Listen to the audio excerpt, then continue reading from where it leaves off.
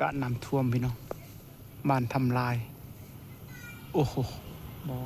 ดูเบิ่งท่วมพิลึกอะไรปอตัวเบิดเลยเบิ่งเฮือนในบักสูงๆนี่จนครึ่งหนึ่งเลยปีเฮือนหลังนี่ปีปอตัวใต้ต้นแห่งอะไรท่วมหมดเลยสุดยอดเลยโอ้โหพี่น้องบ้านทำลายเมืองเซบังไฟเขาอยู่แกงแปรนะครับท่วมหมดแล้วปะอยู่บ้านใหญ่นะโอ้โหฟูเบิ้งเอาพี่น้องเบิ้งนะท่วมนะว้าวตัวฟูเบิ้งบ้านนะเบื้องนี้วัดนะวัดเลยมุนไอ้ปุ้ยเลยทางนี้นะป้อนำเลยนำเซ่บอกนำเซ่บางไฟมันยิงขึ้นมาได้ฝุ่นบอกพี่น้องบรรยากาศน้ำท่วมเบิ่งบานกระจอนบดเลยบานแก้งเปรนปุ้ยในขณะที่เรารอทาเนาะเบิ่งน้ำท่วมพี่น้องป้อ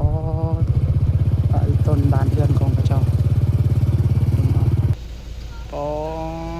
บ้านเฮือนของกระเจ้าพี่น้องเบิ่งน้ำท่วมนี่พิลึกอะไรโอ้โหมาสิพาFCไปเบิ่งเนาะคือบรรยากาศท่วมนี่ท่วมพิลึกอะไรพี่น้องอยู่ที่บ้านแกงแปรเนาะเมืองเซบังไฟคำม่วนเฮาปอตัวพี่น้องพิลึกอะไรนี่ป่านนี้ยังนำบ่ลงเบิ่งบักลึกโอ้โหเบิ่งเฮือน เกินบักสูงๆก็จนตับตำเลยมันน้ำท่วมปอตัวเพิ่นคนอพยพปู้อยู่พูนเราเห็นเมื่อกี้นี่พี่น้องเนาะเสียหายอย่างหนักเลยพี่น้องคือขนาดว่าฝนเศร้าหลายมือเลย2-3 มือเลยมันเศร้าโบตกเลยป่านนี้ยัง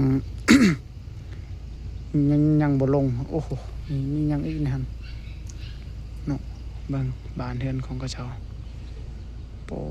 ตายต้นพี่น้องอยู่ยากเลยนำท่วมเป็นปอเราพายเรือปุ๊บปอเราพายเรือเซยปอต่อเป็นบรรยากาศปกติสูงกว่านี้ป่ะสูงกว่านี้โอ้เริ่มแห้งแล้วปอพี่น้องเห็นป่ะน้ำท่วมเบิ่งเฮือนหลังนั้นเฮือนหลังนี้บักสูงๆนะคันนำบกจะหน่อยนี่เบิ่งกับถนนนี่พี่น้องนี่เขาจะข้ามบักเนาะสิข้ามไปพี่น้อง14เนาะพี่น้องเนาะอันนี้คือเขาเบิ่งเขาจะเดินทางไปเขาจะเห็นน้ำท่วมเนาะพี่น้องเนาะ14เลยคือเสียหายอย่างหนักเลยนะน้ำท่วมแบบนี้นะเห็นบ่โยกอะใต้ต้นเขาเจ้าเนาะพี่น้องแบบเคลื่อนอยู่บ่ได้เนาะน้ำท่วมไหมนี่อีต้นเขาเจ้าเนาะพี่น้องมาพี่น้องตอนนี้ในขณะที่เขาจะข้ามบักเนาะข้ามบักขี่นำปลูกไฟปุ๊เซบังไฟเบิ่งเห็นบ่โคตรแบบนำเลยเป็นนำไปพี่น้อง FC อันนี้คือรถติดจะข้ามแม่น้ำมันไปบ่ได้เนาะว่าเอาสิข้ามน้ำนี่เนาะเบิ่งเขื่อนฟางนี่ว่าบรรยากาศบ้านเรือนของกระเจ้าที่น้ำท่วมปุ๊บโอ้อายนั่นเราย่างเข้มน้ำย่างเข้าไปเฮือนเราโอ้บ่คิดบ่ฝันว่ามันสิท่วมหลายปานนี้พี่น้องนี่คือบรรยากาศน้ำท่วมในขณะที่เฮามาได้เพิ่นมีเป็นนำโคตรหลายเลยรถที่จะข้ามบักเลยมาข้ามน้ำกันพี่น้องปอคอเบิ่งนี่วางนี่เฮือนหลังนี้แห้งติดแคมน้ำอีกแห้งกระตึกบาดนี่ ตรเลยมันว่าโบมันว่าโคตรเลยแบบมันท่วมถ้าเบิ่งบรรยากาศเราจะข้ามไปบักโอ้โหรถแก้ทานอีกเนาะ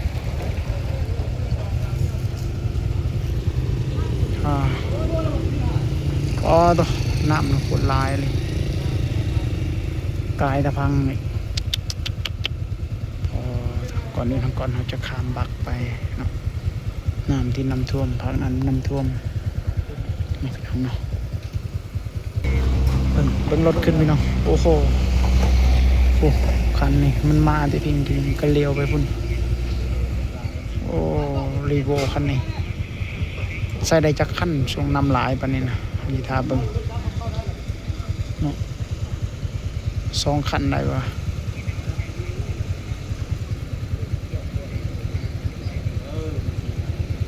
เบิ่งคันต่อมาบัดนี้เอา2 คันได้วะโอเคเขาให้คือซีเมนต์บ่ทันแล้วเฮาพี่น้องเลยเนาะเต็มหรือบ่หรือยังวะคันว่าเต็มจุดก่อนท่าก่อนแล้วคันบ่ข้ามบักได้อยู่บ่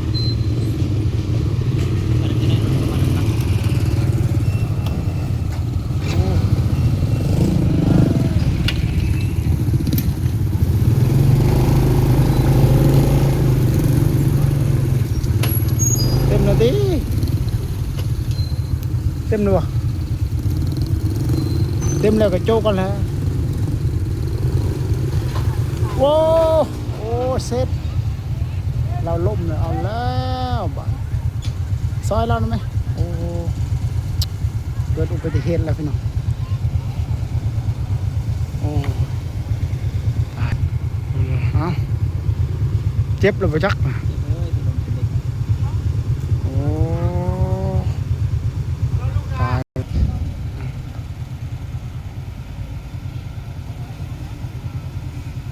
เราได้ในจีนเห็นบ่เราบูโตเนี่ยทางหลังโอ้ดูขึ้นมายากเลยกันขึ้นได้ไปหน่อย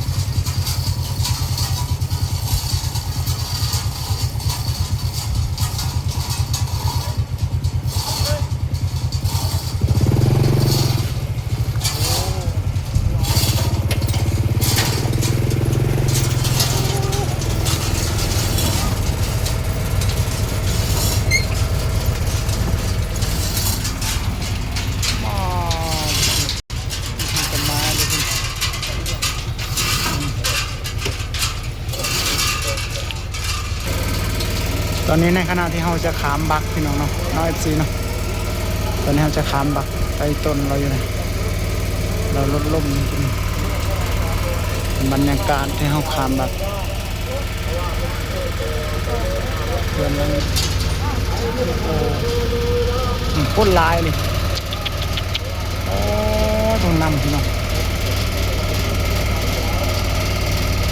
ปีนี้หลายกูมึงน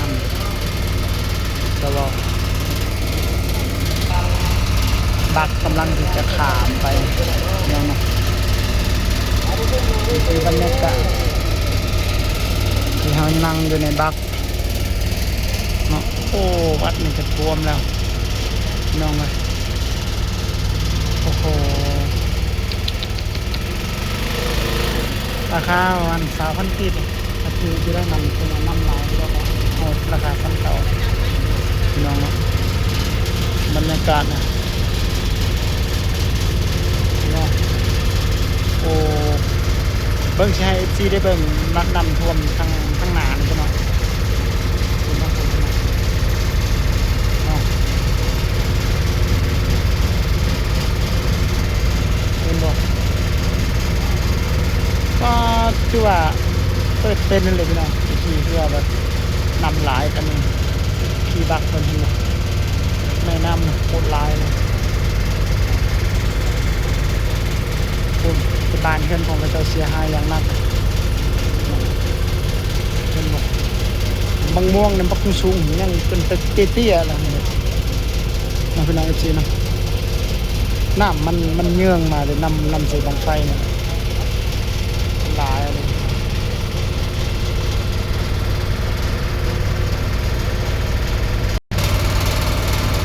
มาจริง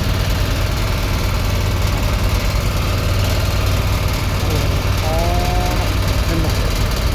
รวมฮอบที่วัดหนึ่งก็เลือเลยวัดหนึ่งมีคุยเลยรวมมัดวัดหนึ่ง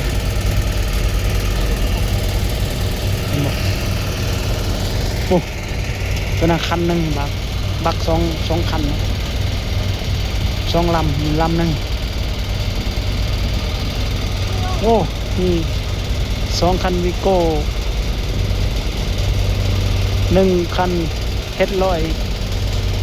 กว่าไปหลายเติบคือมี2บักนี่แสดงว่าน้อยกว่าเลยจะจ่ายเงินก่อนให้พี่น้องนะตอนนี้จะสิฮอดฟังแล้วพี่น้องมันบอกท่วมมาแล้วเมื่อบ้านเพื่อนผมก็จะจอดเรือเลยโอ้โหเอาพี่น้องคลิปนี้ก็จบสุดเลยเนาะเราจะได้เห็นบรรยากาศน้ำท่วมแล้วก็นำเศษบางไฟน้ำบักหลายต้นของบ้านเพื่อนของพระเจ้าที่ท่วมไปนะพี่น้องฝากพี่น้อง FC ทั้งไทยและฝั่งลาวกดไลค์กดแชร์กดติดตามให้กำลังใจพี่น้องเด้อเพื่อเป็นแรงใจในการที่คลิปต่อไปพี่น้องหอดฟังแล้วพี่น้องหอดจุดนี่แหละเนาะ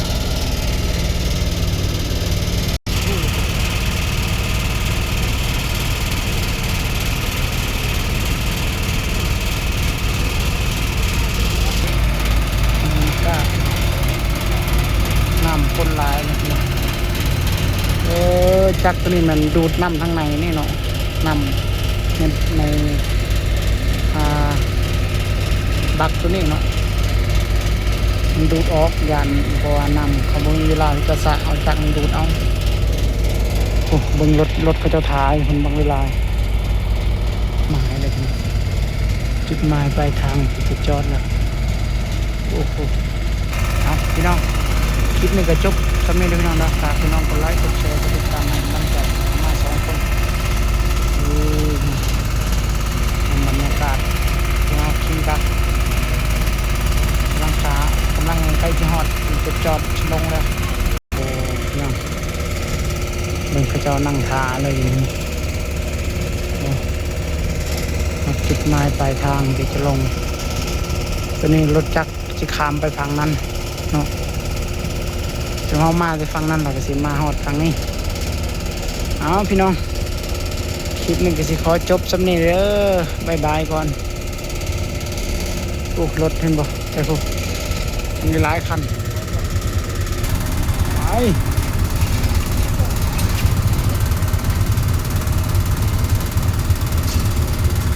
โอ้ฮอดแล้วพี่น้องแต่ว่าเสียงจักรพร้อมมันบ่อยากได้ยินปานใดพี่น้องเพื่อนทำมาเลยพี่น้อง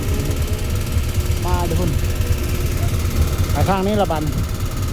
ไปรถจักรไปก่อนรถในไปก่อนมันยังบ่ฮู้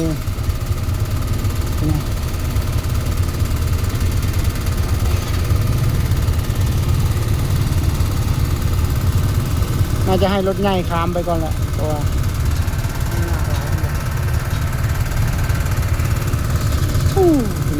ขนาดหยาบเป็นเขายังมีคนข้ามนะข้ามไปนะให้รถคันนี้ไปก่อนโอ้ยไปก่อน